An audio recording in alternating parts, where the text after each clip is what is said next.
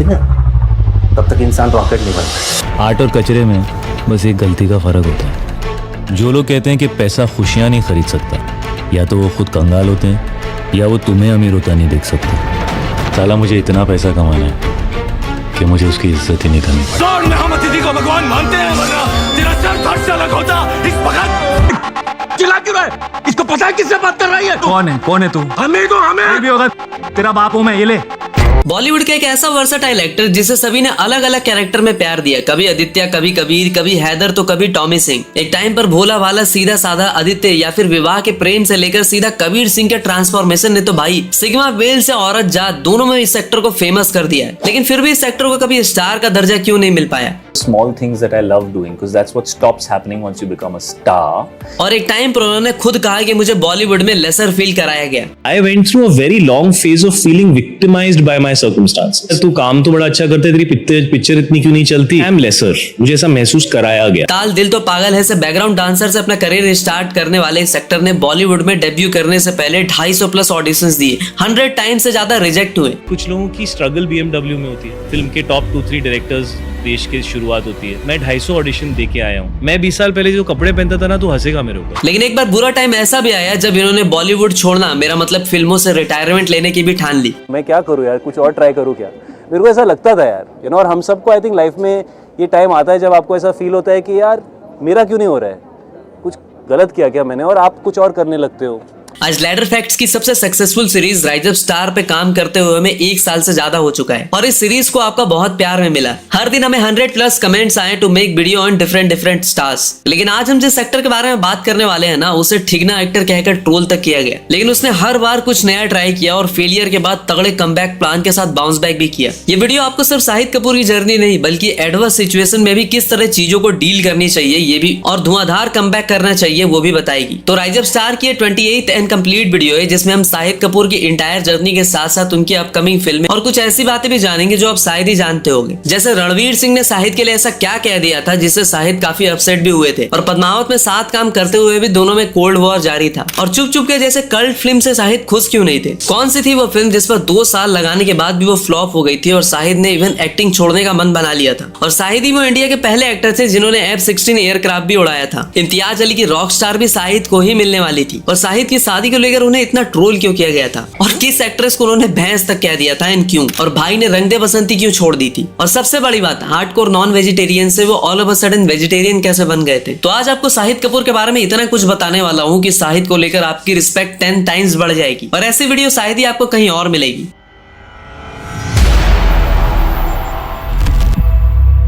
1981 में न्यू दिल्ली में पैदा हुए आज बॉलीवुड के one of the versatile actor Shahid Kapoor का जन्म एक काफी आर्टिस्टिक फैमिली में हुआ। जिनके पापा पंकज कपूर एक थिएटर एक्टर तो उनकी मां नीलिमा अजीम एक कथक डांसर थी। But at the age of 3 his parents got divorce, जिसकी वजह से उनकी पेरेंटिंग उनके दादा दादी ने की क्योंकि पापा मुंबई शिफ्ट हो गए। शाहिद के ग्रैंड पेरेंट्स भी काफी एजुकेटेड थे, इवन वो रशियन मैगजीन स्पुतनिक के जर्नलिस्ट भी थे। अब देखो, अपने माँ पापा से अलग रहना कहीं ना कहीं शाहिद के चाइल्डहुड पे एक बड़ा इम्पैक्ट डाला। एक बारी के लिए आप अपना ही चाइल्डहुड रिवाइंड करके देख लो। स्कूल में पंगे लेने से लेकर फर्स्ट टाइम साइकिल चलाने, पापा के साथ मार्केट जाने, माँ से पैसे देने या किसी और दूसरी चीज के लिए जिद करने, मतलब एक बच्चे की पूरी दुनिया का नॉर्थ एंड साउथ पोल उसके पेरेंट्स ही होते हैं। तो माँ पापा के डाइवोर्स ने शाहिद की चाइल्डहुड पे गहरा इम्पैक्ट डाला। ये 8-9 साल के बच्चे जो होते हैं ना, बहुत मीन होते हैं। तो उस टाइम पे अगर आपका एक पेरेंट नहीं है तो वो आपको फील कराता है उसका। हाँ, लेकिन शाहिद ने ऑलमोस्ट अपने सारे इंटरव्यू में कहा कि उनके दादाजी उन्हें हर एक दिन स्कूल छोड़ने जाते, और एज अ चाइल्ड उन्होंने अपने दादाजी को ही आइडलाइज किया, उन्हीं की तरह बनना चाहा। हाँ, like I was very close to my grandfather,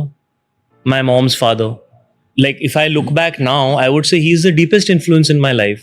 But I'm sure he was filling in the shoes of my dad not being there every day, right? तो जब भी मैं स्कूल जाता था, मुझे याद है जब तक मैं बॉम्बे शिफ्ट नहीं हुआ, मैं I think I was almost 11 when I shift, 10 and a half or 11. मुझे आज तक याद नहीं है कि बारिश हो रही होगी, कि उनकी तबीयत खराब होगी, कि मैं अकेला स्कूल चल के गया। It was 10 minutes walking distance. he would hold my hand and drop me to school every day. तो अपनी माँ के साथ 10 से 11 साल की एज में ही शाहिद मूव टू मुंबई। उसके बाद उनकी माँ राजेश खट्टर से शादी कर लेती हैं और 2001 में उन्हें भी डाइवोर्स दे देती हैं। और आपको शायद ही पता होगा कि शाहिद की पासपोर्ट पे उनका सरनेम कपूर या अजीम नहीं बल्कि शाहिद खट्टर है। अपनी माँ की तरह Shahid was also passionate about dancing. इसी को देखते हुए एट द एज ऑफ 15 उन्हें सहमक दवर डांस इंस्टीट्यूट में एडमिशन भी दिलाया गया। और इसके बाद शाहिद को पहली बार फिल्मों में एज अ बैकग्राउंड डांसर काम करने का मौका मिला 1997 में आई फिल्म दिल तो पागल है में। और पहले ही फिल्म में काम करने गए शाहिद के साथ कांड हो गया। वैसे तो Shahid was one of the brilliant student in his batch, लेकिन नए नए बैकग्राउंड डांसर शाहिद को इतने सारे लोगों के साथ परफॉर्म करने में नर्वसनेस फील होने लगी, जिसकी वजह से ले गई गाने के 15 रीटेक्स करने पड़े। वहां पर सारे लोग शाहिद पे भड़क गए, लेकिन करिश्मा कपूर कुछ ज्यादा ही भड़क गई और शाहिद की जमकर क्लास ले ली। जैसा महसूस कराया गया। तो I went through a very long phase of feeling victimised by my circumstance. कुछ लोगों की स्ट्रगल BMW में होती है। फिल्म के टॉप 2-3 डायरेक्टर्स देश की शुरुआत होती है। मैं 250 ऑडिशन दे के आया हूँ। मैं 20 साल पहले जो कपड़े पहनता था ना, तो हंसेगा मेरे ऊपर। मेरा टाइम था बॉस, मेरे को लोखंडवाला में भी पैसे नहीं थे जाके कपड़े खरीदना। वॉइड फील हुआ या ऑफ कोर्स, यू नो ये 8-9 साल के बच्चे जो होते हैं ना, बहुत मीन होते हैं। 1999 में आई ताल, जिसमें समक दवर खुद कोरियोग्राफर थे। उन्होंने शाहिद को फिर से मौका दिया कहीं आग लगे लग जावे सॉन्ग में एज अ बैकग्राउंड डांसर काम करने का।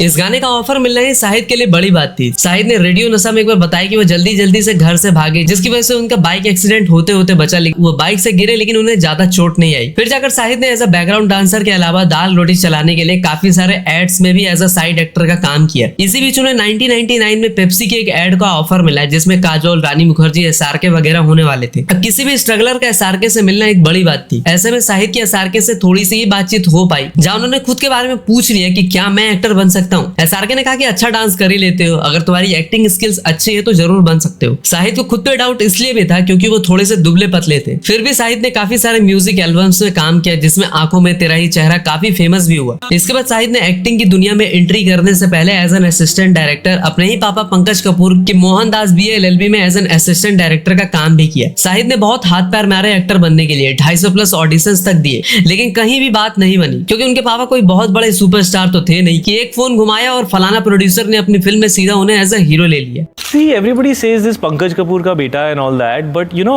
character actors don't have any power. Only stars and superstars and big film directors and producers have power. If you start struggling in a BMW and then after a star you buy another BMW, then what's the fun of it? Why don't outsiders get opportunities the way that they should? There's a lot of people who are from within the fraternity and very few from the outside. लेकिन आंखों में तेरा ही चेहरा song से producer Ramesh Taurani काफी influenced हुए और उन्हें शाहिद को अपनी फिल्म में कास्ट करने के लिए भी बुलाया। सामने से मीट करने के बाद उन्हें शाहिद और भी लीन और बच्चे जैसे लगे, तो उन्होंने शाहिद को वेट करने को कहा। काफी टाइम बाद शाहिद को कॉल आया। 2003 में आई उनकी फिल्म इस विश के लिए। 5 करोड़ के बजट में बनी इस फिल्म ने भाई बजट से डबल का कलेक्शन किया और पहली ही फिल्म से शाहिद को फिल्म फेयर के बेस्ट डेब्यू का अवार्ड भी मिला। इसके बाद 2004 में फिदा मूवी में फरदीन और करीना के साथ शाहिद काम करते हैं, लेकिन ये फिल्म कुछ खास नहीं कर पाती, बट शाहिद की डांसिंग स्किल्स की काफी तारीफ होती है। सिमिलरली 2005 में आई दिल मांगे मोर एंड दीवाने हुए पागल वगैरह। लाइफ हो तो ऐसी, ये सारी फिल्में एवरेज या फ्लॉप साबित हो जाती है। अब इतनी सारी फ्लॉप और एवरेज फिल्मों में काम कर चुके शाहिद को 2006 में आई फिल्म रंग दे बसंती का ऑफर भी मिलता है। अरे वही करण सिंह सिंघानिया यानी सिद्धार्थ वाला रोल। लेकिन शाहिद शेड्यूलिंग इश्यूज या यूं कहे यंग शाहिद समझ ही नहीं पाते कि उन्हें ये फिल्म करनी चाहिए या नहीं। शाहिद को आगे चलकर इस बात का काफी पछतावा भी होता है जब ये फिल्म ब्लॉकबस्टर हो जाती है। भारी मिस्टेक हो गया सर। लेकिन 2006 शाहिद के लिए लकी और अनलकी दोनों साबित होती है, क्योंकि इसी ईयर उन्हें 2 हिट सुपर हिट और 1 ब्लॉकबस्टर फिल्म भी मिलती है। पहले 36 चाइना टाउन, दूसरी चुप चुप के और तीसरी विवाह। जहाँ 36 चाइना टाउन 19 करोड़ के बजट में 36 करोड़ का कलेक्शन करती है, तो वही चुप चुप के 12 करोड़ के बजट में बनती है एंड 25.58 करोड़ का कलेक्शन करके जाती है। और चुप चुप के से शाहिद इसलिए भी हैप्पी नहीं होते क्योंकि प्रियदर्शन उन्हें बिना बताए वो जवा जवा ये वाली डबिंग करवा दी होती है। Can't believe this is the same guy who used to do Jabba once. Oh, I know what they're talking about. Just FYI, if in case you didn't know, that Jabba was not my voice. What are you saying? Yeah, I also reacted to it the same way as the audience did, because when I saw the film, at that time I was a newcomer. तो ना ज़्यादा importance नहीं मिलती जब आप newcomer होते हो। तो उन्होंने मुझे बताया बिना, बिकॉज वो प्रियदर्शन ने फिल्म बनाई थी और वो चेन्नई में अपनी डबिंग और वो सब करते थे, तो वहीं से उन्होंने किसी को लेके वो डब्बा किसी और से करा दिया। शाहिद का मानना था कि इस फिल्म में शाहिद ही नहीं किसी को भी लिया जाता तो काम चल जाता, लेकिन मैं तो शाहिद कपूर के अलावा इस रोल में किसी और को इमेजिन भी नहीं कर सकता। आपको ऐसा लगता है या नहीं, कमेंट में बताना। और उसी साल आई विवाह जैसी फिल्म के लिए शाहिद खुद ही कन्विंस नहीं होते, क्योंकि उन्हें लगता है कि शायद वो ऐसी फिल्म डिजर्व ही नहीं करते आफ्टर सो मेनी फ्लॉप्स। तब सूरज बरजाते उन्हें समझाते हुए कहते हैं कि तुम्हें पता है ना कि कैमरे पे क्या करना है, बाकी मेरे ऊपर छोड़ दे। और शाहिद बताते हैं कि विवाह ही वो फिल्म होती है जहाँ पूरी कास्ट एंड क्रू इतनी अटैच हो जाती है कि फिल्म के लास्ट डे पर उन्हें घर जाने तक का मन नहीं करता। सिर्फ 10 करोड़ के बजट में बनी ये फिल्म अपने बजट से 5 टाइम्स यानी 53 करोड़ का अनबिलीवेबल कलेक्शन करती है। और विवाह ही इंडिया की पहली ऐसी फिल्म भी होती है जिसे थिएटर और इंटरनेट यानी प्रोडक्शन कंपनी के ऑफिशियल साइट पे भी रिलीज कर दिया जाता है। अमृता राव शाहिद कपूर के करियर के लिए ये फिल्म एक बिगेस्ट माइलस्टोन साबित होती है। और इस फिल्म का वो सीन जल लीजिए आज भी मीम के बाजार में धड़ल्ले से बिकता है। 2006 के बाद शाहिद कपूर लोगों के घर घर तक पहुंच चुके होते हैं और शाहिद की गिनती बॉलीवुड के राइजिंग स्टार्स में होने लगती है। तभी 2007 में वो फुल एंड फाइनल में सनी देओल के साथ भी काम करते हैं, लेकिन ये फिल्म फ्लॉप साबित होती है। और सनी देओल से याद है कि 2007 में आई जब वी मेट, जो कि शाहिद के लाइफ की सबसे बड़ी फिल्म बनती है। ये बेवकूफी का काम करके मुझे एक्चुअली अच्छा लग रहा है। I am actually feeling better. You were right. देखा, और सच बताऊं मैं तुम्हें, दिखने में बुरे नहीं हो तुम, हैंडसम हो यार, अमीर भी लगते हो। इससे तो बहुत बेटर लड़की मिल जाएगी तुम्हें। ये तो तुम्हारे आगे शिट थी। Thank you, that's very kind.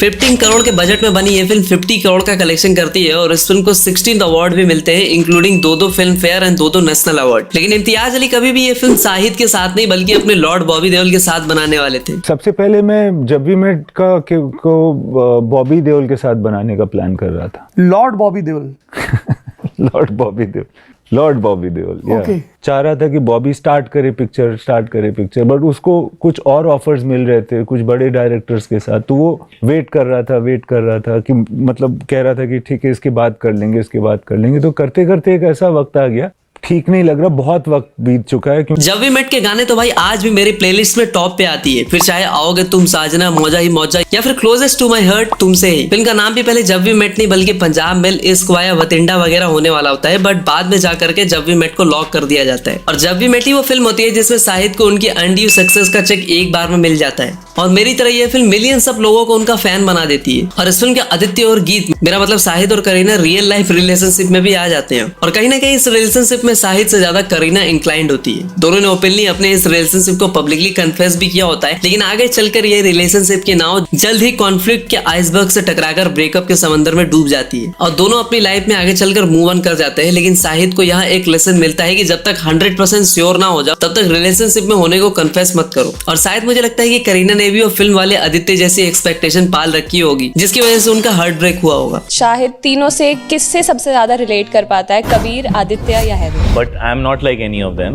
Isn't she looking like Geet? लेकिन कंप्लीटली तो मैं आदित्य नहीं हूँ। I think a lot of Aditya is also Imtiaz ना, बिकॉज उन्होंने लिखा है। और 2009 में जब मीडिया शाहिद के गांव में उंगली करके सवाल पूछती है कि शाहिद क्या आप एक बार फिर से करीना के साथ किसी और फिल्म में काम करना चाहोगे, तो शाहिद इस कंट्रोवर्सी को और हवा देते हुए कहते हैं कि हाँ क्यों नहीं, करीना के साथ दोबारा काम मैं कर सकता हूँ। अगर मेरा प्रोड्यूसर चाहता है कि मैं किसी गाय भैंस के साथ रोमांस करूँ तो मैं करूंगा, बिकॉज दैट्स माई जॉब। चमाट मारूंगी ज्यादा बकवास किया तो। और 2016 में आई उड़ता पंजाब में जब शाहिद और करीना दोनों सेम फिल्म में होते हुए भी एक दूसरे से बिल्कुल ही अलग रहते हैं और शाहिद फिर से एक बार काफी कंट्रोवर्शियल बात कह देते हैं। मेरे और करीना का एक भी शॉट ही नहीं है फिल्म में, if you asking about that. हमें बड़ा मजा आया एक दूसरे के साथ अलग अलग दिनों पे काम ना करके, और इसीलिए शायद करीना फ्यूचर में भी शाहिद को इग्नोर करना ही ठीक समझती है। 2008 में शाहिद किस्मत कनेक्शन जैसे फिल्म में विद्या बालन, जूही चावला, ओम पुरी, वोमेन ईरानी वगैरह के साथ काम करते हैं। इसके बाद 2009 में शाहिद की एक फिल्म आती है कमीने, जिसके लिए ही even tried method acting as well. Film में उनका एक कैरेक्टर हकला होता है और एक तोतला होता है और समीर फुद्दी की तरह 100 को फौ बोलता है। क्या नंबर? Fail mobile.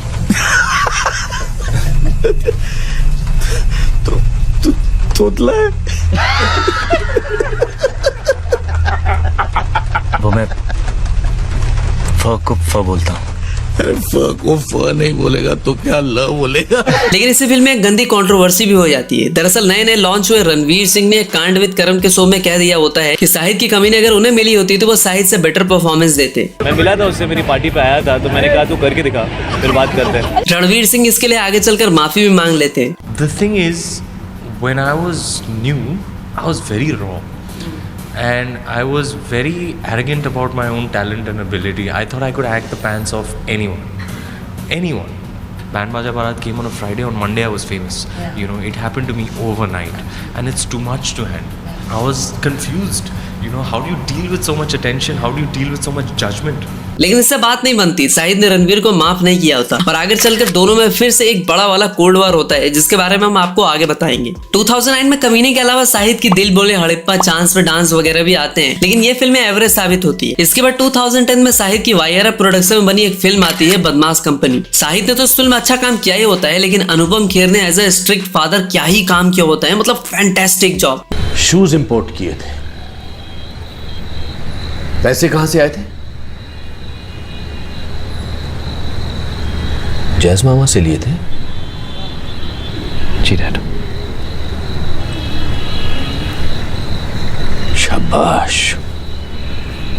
डैड, आपका झगड़ा है जैज मामा से, मेरा नहीं है। दोस्ती, स्कैम्स, करोड़ों रुपए, मिडिल क्लास इमोशंस, मतलब ये फिल्म सारे इमोशनल पॉइंट को छू के निकल जाती है, इसलिए हिट तो साबित होती है और 53 करोड़ का कलेक्शन करती है। और इसका वो गाना चस्का चस्का लगा है, चस्का बहुत ही फेमस होता है। इसके बाद शाहिद अपने ही पापा के डायरेक्शन में बनी फिल्म मौसम करते हैं। इस फिल्म पर शाहिद कपूर अपना सबसे ज्यादा टाइम स्पेंड भी करते हैं, लगभग 2 साल, और इसी फिल्म में उन्हें एज अ को पायलट F-16 उड़ाने का मौका भी मिलता है। लेकिन ये फिल्म बड़ी ही गंदी तरीके से पिट जाती है, शाहिद अंदर से टूट जाते हैं, इवन वो फिल्म इंडस्ट्री छोड़ने तक का मन बना लेते हैं। वो अपनी एंग्जाइटी भगाने के लिए एक कार भी खरीदते हैं, लेकिन बाद में वो फेलियर को बड़े अच्छे तरीके से समझ जाते हैं, और फेलियर को लेकर शाहिद ने एक बड़ी अच्छी बात भी कही थी। अगर आप फेलियर को फेलियर की तरह देखोगे और उसको वैसे महसूस करोगे, तो वो ही आपको सराउंड करेगा ना, वही एनर्जी आपको सराउंड करेगी। लेकिन विद इन दैट फेलियर अगर आप ग्रोथ देख सकते हो, अगर आप अपॉर्चुनिटी देख सकते हो, तो फिर आप उसको you are using it in a positive manner to create it as an opportunity to push you forward. मौसम के बाद फटा पोस्टर निकला, हीरो आर राजकुमार एवं हैदर जैसी फिल्में भी पिट जाती है, और हैदर शाहिद की one of my favourite movies में से एक है। और हैदर के बजट इश्यूज की वजह से फिल्म के डायरेक्टर विशाल भारद्वाज और शाहिद कपूर दोनों ही पैसे लेने से साफ इनकार कर देते हैं, और ये साफ दिखाता है his love towards artistic films. 2014 में ही हैदर के बाद शाहिद अपने से 13 ईयर्स छोटी मीरा से शादी कर लेते हैं, जिसकी वजह से उन्हें बहुत गंदा ट्रोल किया जाता है। This entire marriage thing is just about one thing, is that the guy was a mess, and the woman came in to fix him. और आज भी शाहिद की ट्रोलिंग उनकी हाइट की वजह से लगातार की जाती रहती है। दोस्तों, आज फिल्म रिलीज हुई है देवा, जिसका हीरो है काले होठों वाला बटला शाहिद कपूर। 2016 में शाहिद शानदार जैसी एक वाहियात फिल्म में भी काम करते हैं, जो बड़ी शानदार तरीके से फ्लॉप होती है, और उनकी वाइफ मीरा भी इस बात से एग्री करती है कि वो शाहिद की वर्स्ट फिल्मों में से एक है। Mira, Shahid's worst film could be just. There's a few. You're giving a really simple question. Worst film. Shahid has never been bad in a film. He's never been bad. I agree. He's No, I one have of my been bad favorite in a few actors. films. You've not seen on my films, thankfully. Yeah, I mean, from whatever I've seen, he's never had a bad film. He's No, never I've been never- bad in no, a no, film. No, I have been bad. But I think Shandar was. Shahid Kapoor कहते हैं कि अगर possible होता तो वो शानदार को अपने करियर से इरेज कर देते, लेकिन 2006 की तरह 2016 में भी शाहिद करियर डिफाइनिंग परफॉर्मेंस देते हैं इन द फिल्म उड़ता पंजाब। पहले तो CBFC वाले इस फिल्म को ना उगल पा रहे होते हैं, ना ही निगल पा रहे होते हैं, क्योंकि भाई ये फिल्म सच्ची घटनाओं पर आधारित होती है। फिर भी सेंसर बोर्ड इस फिल्म में 94 कट्स लगाते हैं, ऑलमोस्ट पूरी फिल्म ही काट देते हैं, ऊपर से A सर्टिफिकेट अलग से मिलता है। लेकिन शाहिद टॉमी सिंह के कैरेक्टर में बिना माल फूके जो परफॉर्मेंस देते हैं, तो इस भोले भाले सरल सुशील बालक को इस अवतार में देखकर पब्लिक स्टंट रह जाती है, और शायद इसलिए यह फिल्म रिलीज के बाद 2 फिल्म फेयर भी ले जाती है। फिल्म के बवंडर जैसे गाने, जैसे चित्ता में अंदर दा कुत्ता, उड़ता पंजाब, इसके बीच में एक गाना जो मेरे दिल को छू के चला जाता है, वो होती है एक कुड़ी जिदा ना मोहब्बत गुम है गुम है गुम है। उड़ता पंजाब के अगले ही साल रंगून जैसी फ्लॉप डिलीवर करने के बाद शाहिद पद्मावत जैसी फिल्म में भी काम करते हैं, लेकिन इस फिल्म में शाहिद कपूर खुद को अकेला फील करते हैं, क्योंकि संजय लीला के साथ रणवीर और दीपिका ऑलरेडी 2 प्रोजेक्ट्स पर काम कर चुके होते हैं। I'm lesser, मुझे ऐसा महसूस कराया गया। It's about Padmavat, the fact that you felt slightly, shortchanged in that film. Did that happen, Shahid? I did. Okay. I don't want to get into the details. Sure. I don't, because I think everybody was fantastic in that film and everybody did a lovely job. But I did feel at times I was like, why did I do this film? Like, I felt like that. तो film set पर एक group जैसा बन चुका होता है जिससे शाहिद बाहर होते हैं। 2018 में ही सोशल इशू पर बेस्ड फिल्म 32 गुल मीटर चालू भले ही पिट गई हो, लेकिन ये फिल्म पर्सनली मेरे दिल के काफी करीब है। खासकर उसमें दोस्ती, उसके लिए सेक्रीफाइस, स्टार्टअप का पेन, सिस्टम का फेलियर, अपनी रिस्पॉन्सिबिलिटी को समझना, ऊपर से गाने भाई एक नंबर, जैसे सोचता हूँ कि वो कितने मासूम थे या फिर हर हर गंगे। I mean, ये फिल्म फ्लॉप कैसे हो सकती है, आई डोंट नो। और इसी फिल्म में शाहिद एक काफी वियर्ड और मस्त सा भी काम करते हैं। दरअसल इस फिल्म की शूटिंग उत्तराखंड के तेहरी में हो रही होती है और शाहिद जिस होटल में रुके होते हैं वहाँ कोई जिम इक्विपमेंट्स वगैरह नहीं होता। ऐसे में शाहिद खुद की जिम इक्विपमेंट्स मंगाते हैं और वहाँ के स्टाफ ओनर से उनकी इतनी अच्छी बॉन्डिंग हो जाती है कि जब शाहिद जा रहे होते हैं तो वो शाहिद से कुछ जिम इक्विपमेंट्स मांग लेते हैं, तो शाहिद पूरा का पूरा जिम ही उन्हें दे के चले जाते हैं। लेकिन 2019 में शाहिद के हाथ एक काफी बड़ी फिल्म लगती है, वो होती है वांगा की कबीर सिंह। ये फिल्म भले ही रीमेक होती है लेकिन शाहिद की जबरदस्त एक्टिंग फिल्म को बचा लेती है। और इस फिल्म में एज अ मेडिकल स्टूडेंट का कैरेक्टर प्ले करने के लिए शाहिद 14 kg वेट लॉस भी करते हैं। फिल्म की कंट्रोवर्सी इसका फ्री पीआर का काम करती है और ये फिल्म ब्लॉकबस्टर हो जाती है। और इसी फिल्म से शाहिद की फैन फॉलोइंग में तेजी से फिर से इजाफा होता है। कबीर सिंह के बाद ही tried to do another Telugu remake Jersey, जो कि बुरी तरह से पिट जाती है। फिर शाहिद 4 साल का ब्रेक लेने के बाद 2024 में तेरी बातों में ऐसा उलझा जिया जैसी फिल्म लाते हैं, जो कि अगेन 133.35 करोड़ का कलेक्शन करती है और ये फिल्म हिट साबित होती है। और अभी रिसेंटली आई देवा, जिसमें शाहिद अगेन अपना बेस्ट देते हैं, लेकिन फिर भी फिल्म को मिक्स्ड रिस्पांस मिलता है क्योंकि ये film Malayalam film Mumbai police की रीमेक है जिसके डायरेक्टर भी सेम ही है। और आज पब्लिक रीमेक का नाम सुनते ही कुछ ऐसा बिहेव करने लगती है।